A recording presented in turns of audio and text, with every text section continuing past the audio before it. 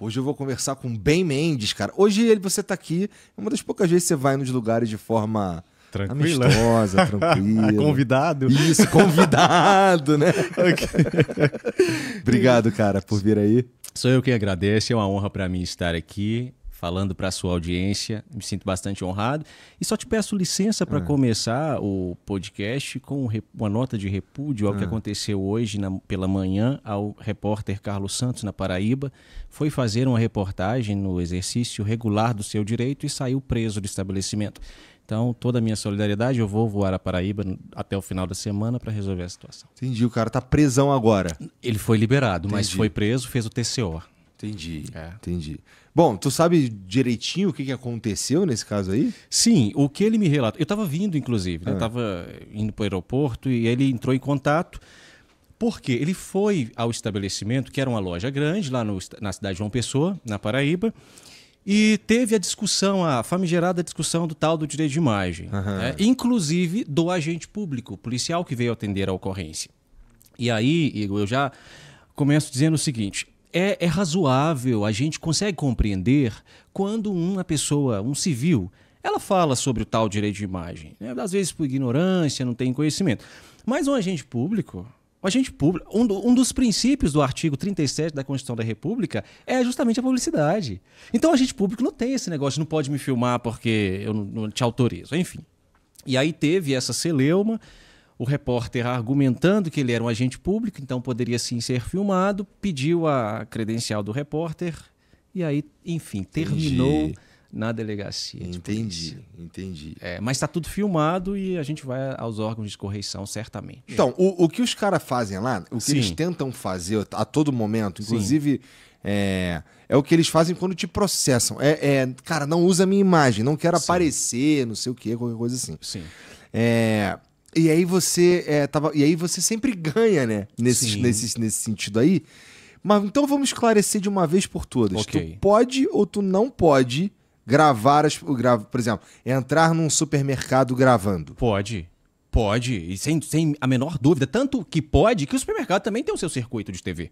Certo? Se nós tivéssemos esse direito de imagem, como as pessoas dizem que tem, como se ele fosse um direito irrestrito, existe sim, mas não de forma irrestrita. Não poderia ter circuito interno de TV, não poderia câmeras no aeroporto. Eu estava hoje, antes de vir para cá no aeroporto de Confins, e aí a minha carteira ficou no carro, o Isaac foi buscar, eu fiquei mais ou menos uns 15 minutos esperando ali em pé, perto da catraca, eu já ouvi uma ligação pro guarda, né, que tava, e eu ouvi ele falando, não, ele está esperando alguém.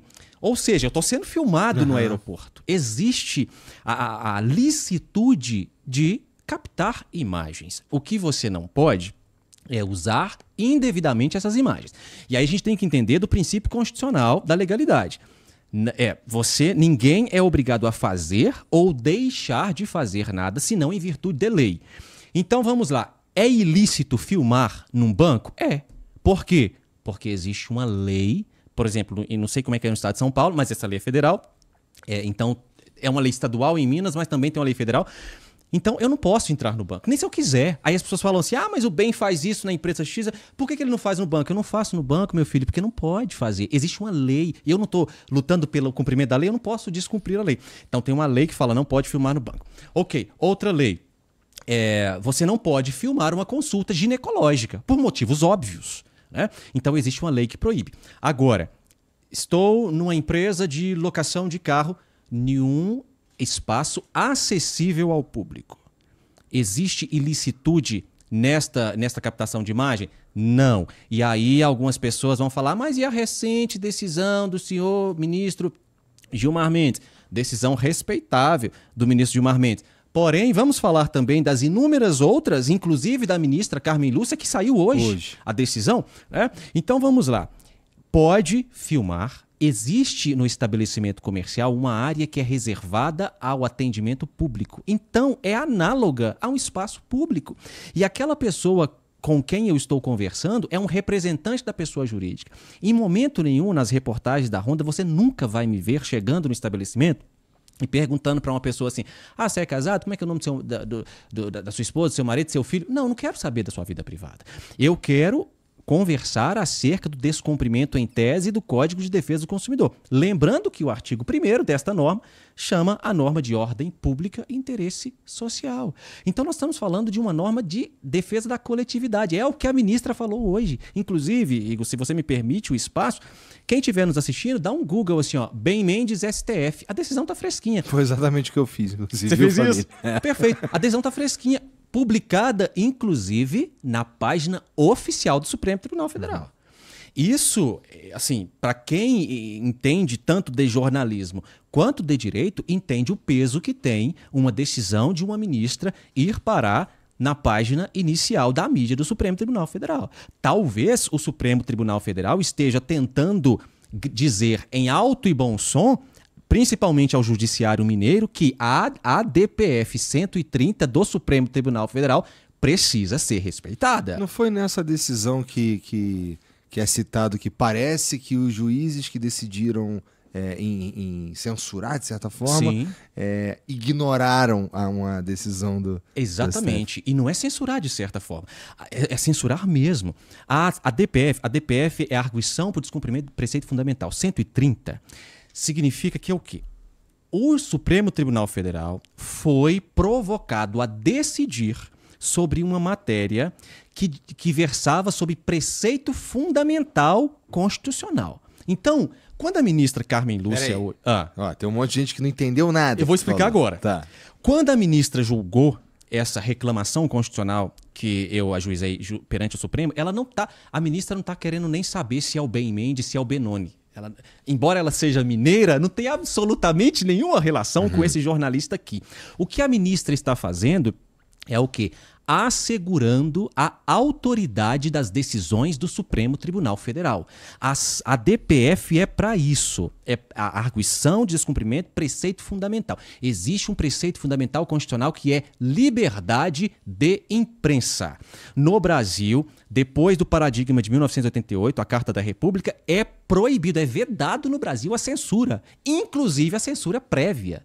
E se chama censura prévia, Igor, por quê? Porque nos tempos do regime militar, entrava um censor nos departamentos de imprensa e falava assim, antes que você publique, deixe-me ver o que está escrito aí. Ah, não, isso aqui não pode publicar. Então, por isso que era censura prévia.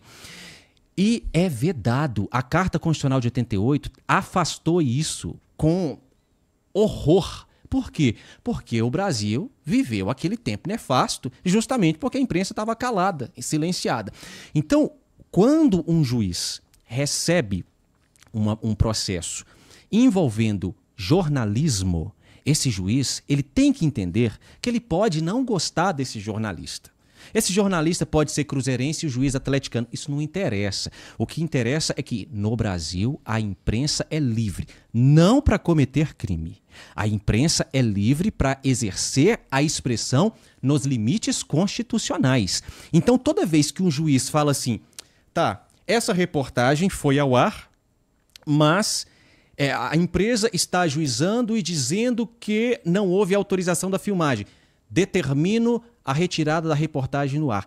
Esse juiz está desrespeitando uma decisão do Supremo Tribunal Federal que é de controle concentrado de constitucionalidade. Não é uma coisa esporádica. Não é uma decisão que o Supremo tomou esporadicamente. Não, é uma decisão que gera impacto em todo o território nacional. Então eu fico assim, realmente impressionado como que quando a gente é censurado, quando a Ronda é censurada, a gente tem que ficar lutando sozinho no Supremo Tribunal Federal para garantir o exercício da imprensa. Igor, isso era para... Quando uma reportagem da Ronda recebe uma ordem de censura, era para ter um movimento coletivo de toda a imprensa. Ou de pelo menos os caras que tá na internet. Exatamente, dizendo, opa, peraí, não tá atacando o Ben Mendes. Porque tudo bem atacar uma pessoa... Não, tá atacando a liberdade de imprensa. Mas não, a mídia se silencia e aí... Esses processos demoram muito tempo para correr? Tipo, no Supremo? Faz quanto tempo que o teu vídeo foi tirado do ar? Tem poucos meses. Essa decisão veio muito rápida. Tá.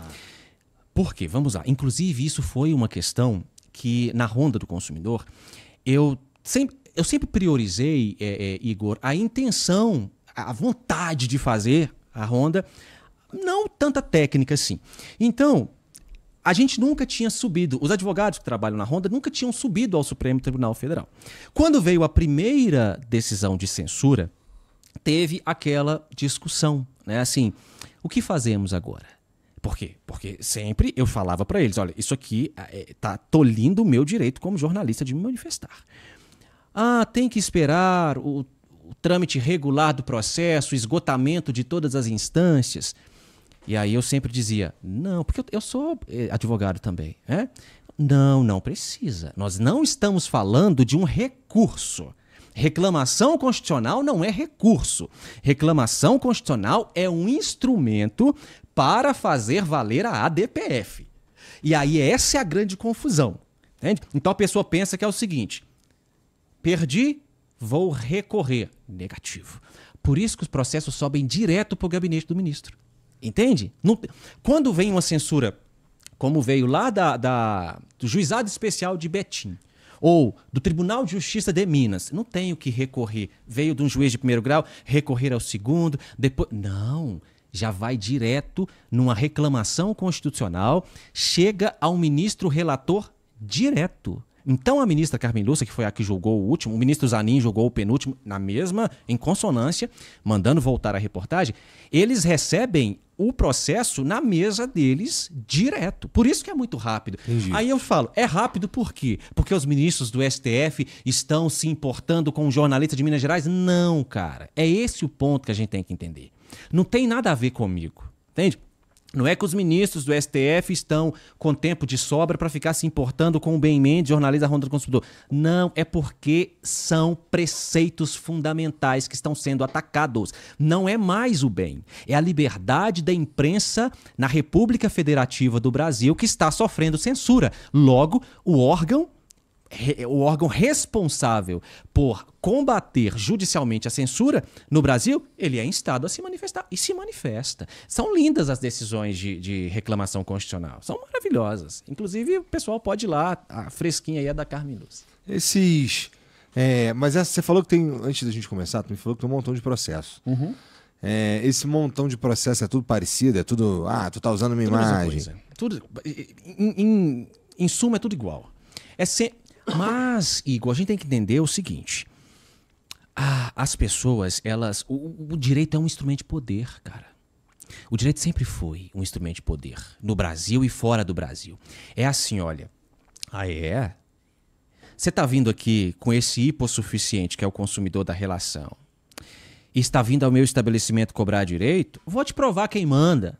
Vou te mostrar quem manda. Eu tenho advogado, eu tenho acesso. E vai lá e processa. Então, esses processos, eu os encaro como uma tentativa de intimidar mesmo, de mostrar, olha, eu mando, entende? Só que é um prejuízo. Por quê? Porque nós não estamos em um duelo de quem manda mais e quem manda menos. A gente está simplesmente sob a égide da lei. Pronto, a lei é para todos. Então, eu acho uma perda de tempo extraordinária quando um fornecedor decide processar uma equipe de reportagem que fez simplesmente jornalismo. E tá no direito? Tá no direito. Ele não tá fazendo nenhuma ilegalidade. Direito à ação é constitucional. Todos têm direito à ação e o Poder Judiciário não pode impedir o direito de ação de ninguém. Mas eu acho uma perda de tempo e, de fato, um tiro no pé. Porque vamos lá. Essa reportagem que eu vou parar de falar a ministra Carmen Lúcia e eu vou te explicar por quê, Igor. Eu não acho que a gente tenha que nomear os ministros da Suprema Corte. Isso é muito perigoso e é um problema no Brasil. A gente fala assim, a ministra Carmen Lúcia decidiu, o ministro Alexandre de Moraes decidiu. É o Supremo Tribunal Federal que decidiu. Quando a gente faz isso, a gente enfraquece a instituição. Porque fica parecendo que a instituição é uma pessoa, e não é. A instituição é uma instituição de Estado, né? Então eu vou parar de falar... Mas eu vou te falar que eu tenho algumas decisões que eu acho que os outros ministros ficam felizes de falar. Ainda bem que estão falando que foi ele, né? Pode ser. Eu chuto aqui. Não, mas vai lá, claro, continua, claro. Eu te entendi. Mas a decisão da ministra, hoje, eu esqueci o que eu estava falando. Você estava falando você estava falando que a decisão de... Que você ia parar de chamar a ministra de Carmen Lúcia. Aí eu falei a decisão do Supremo Tribunal Federal. Isso, lembrei-me. Que bom. A decisão do Supremo Tribunal Federal, que saiu hoje, ou ontem, sei lá, Essa decisão é de uma reportagem que fora gravada há mais ou menos 3 meses. A decisão do Supremo Tribunal Federal, que saiu ontem, ela foi que eu gravei ontem, eu acho, republiquei ontem, foi de uma reportagem de 2023. Então vamos lá, você que é um expert em internet. As coisas não acontecem. As coisas não acontecem muito rapidamente na internet. Elas acontecem na hora. Exatamente. Tipo, as pessoas estão reagindo ao que a gente está conversando agora. Semana que vem as pessoas estão nem lembrando que o bem passou pelo Flow. Pelo contrário, elas vão continuar apertando o teu crânio. Pronto. Então, é um erro estratégico, inclusive. As pessoas viram aquela reportagem, se indignaram, porque é um descumprimento ao direito do consumidor. Mas elas vão tocar a vida, rapaz. Aí o cara manda tirar. Aí pronto, aí tem que ter uma outra reportagem, porque eu sou jornalista. Certo? Se veio uma ordem de censura, eu vou fazer outra reportagem. Aí pronto, veio a ordem de censura. Então, era uma reportagem só, viraram 2. Aí vem a decisão do Supremo. 3 reportagens. Aí você vai rememorando um caso que era para as pessoas terem esquecido. E elas iriam esquecer. Entende? Eu sei como é que é isso daí. Se você quiser que uma coisa desapareça da internet, você para de falar sobre ela. Pronto. E vai desaparecer. Aí, você que tá assistindo esse vídeo aqui no Talk Flow, dá pra você virar membro, cara, do Flow agora. É um botãozinho do lado do botão de se inscrever. A gente faz um programa semanal só pros membros. Olha. Então fique esperto aí. Se quiser virar membro, tá bem aqui do lado. É mó merreca, custa menos de R$8, irmão.